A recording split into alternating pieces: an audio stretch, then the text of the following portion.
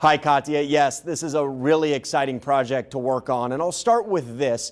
Newsrooms around the country, in some way, shape, or form, look like ours. We have producers writing for their shows, editors getting those videos ready for the broadcast, and the assignments desk making calls all around the coastal bend to help out with stories. And over at Calallen High School, it's really no different. Calallen TV has this type of environment as those students are working hard to keep the student body informed. 5, 4, 3, 2. Coach Dale Lamb was tired of the old-fashioned school announcements. As a teacher, I'm sitting there listening to the announcements over the loudspeaker, and I couldn't stand it. It was with this realization and help from the administration, he created Calallen TV, a student-run news program. It's a kid-run show. That's where I want it to be.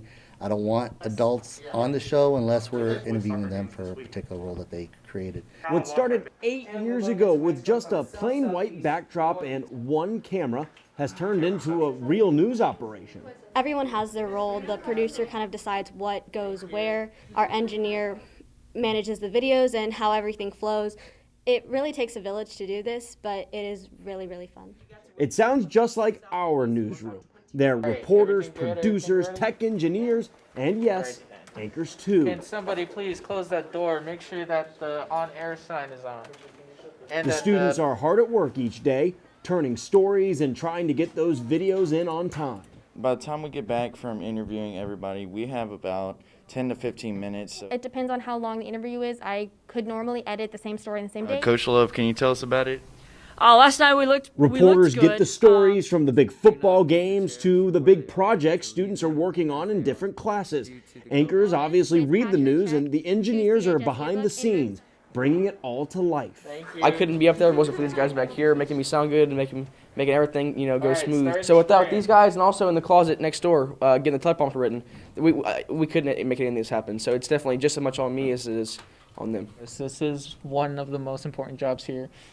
Without this, like you said, there would probably be no show. It's as professional as it gets, and just like me and the rest of our on-air talent, we can slip up from time to time. It's live TV. Sometimes you get up there and things don't go your way. You have a few tongue twisters or something like that. It's a live show.